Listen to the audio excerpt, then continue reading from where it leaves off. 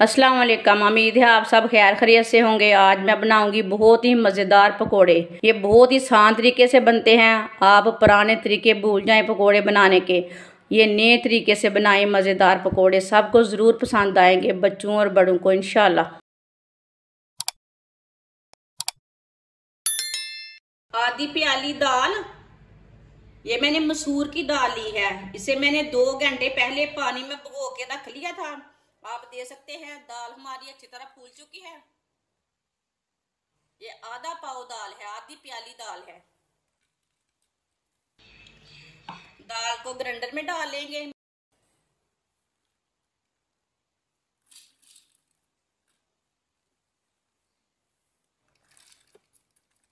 दाल को मैंने डाल लिया है।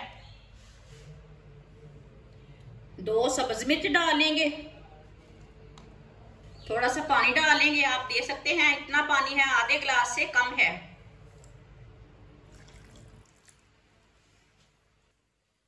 इसे ग्राइंड कर लेंगे। दाल को मैंने ग्राइंड कर लिया।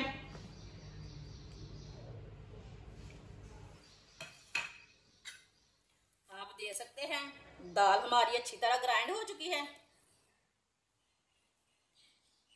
इसे दूसरे बर्तन में डाल लेते हैं।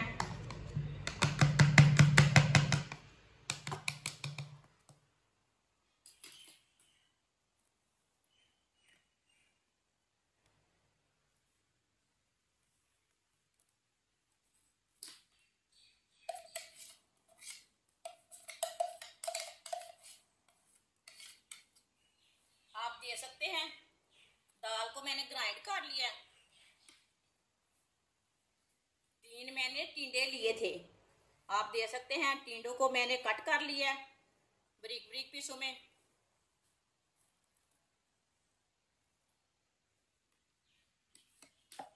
अब इसमें टिंडे ग्राइंड कर लेंगे।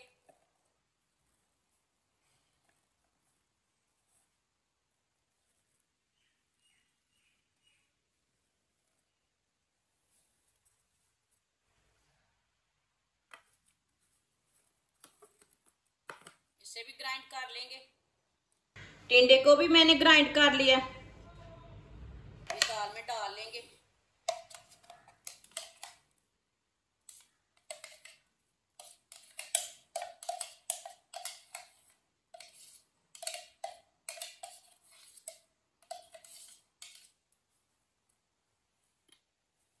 बारीक कटा हुआ प्याज डाल लेंगे। आधी प्याली बेसन डालेंगे। आधा चम्मच नमक डालेंगे। नमक जरूरत के हिसाब से डाल सकते हैं, जितना आपको जरूरत है। 1 चम्मच कुटी हुई लाल मिर्च, 1 चमची हल्दी पाउडर, 1 चमची धनिया पाउडर, 1 चमची साबुत जीरा।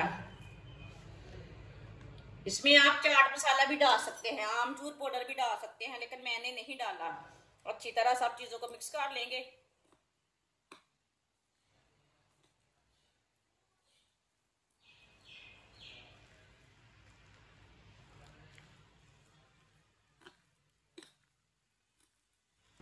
आप दे सकते हैं, अच्छी तरह मैंने मिक्स कर लिया है। ऑयल को मैंने गर्म होने के लिए रखा था। ऑयल हमारा अच्छी तरह गर्म हो चुका है। इसी तरह ना आप चेक कर सकते हैं, भाप ऊपर आ रही है तो ऑयल हमारा अच्छी तरह गर्म है। इसी तरह 1 चम्मच लेंगे, इसी तरह भर के डालते जाएंगे।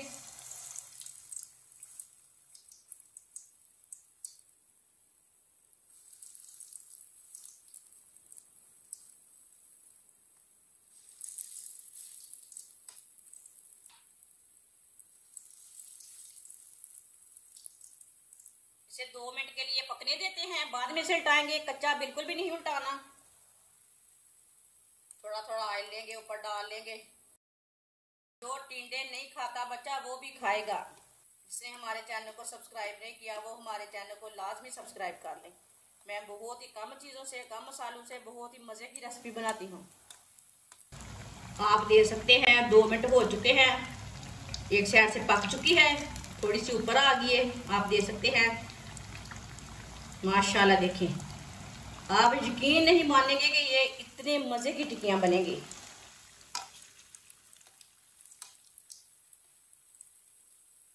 आलू और बेसन की टिक्कियाँ खाना छोड़ देंगे अगर एक बार ये बनाकर चेक करेंगे तो।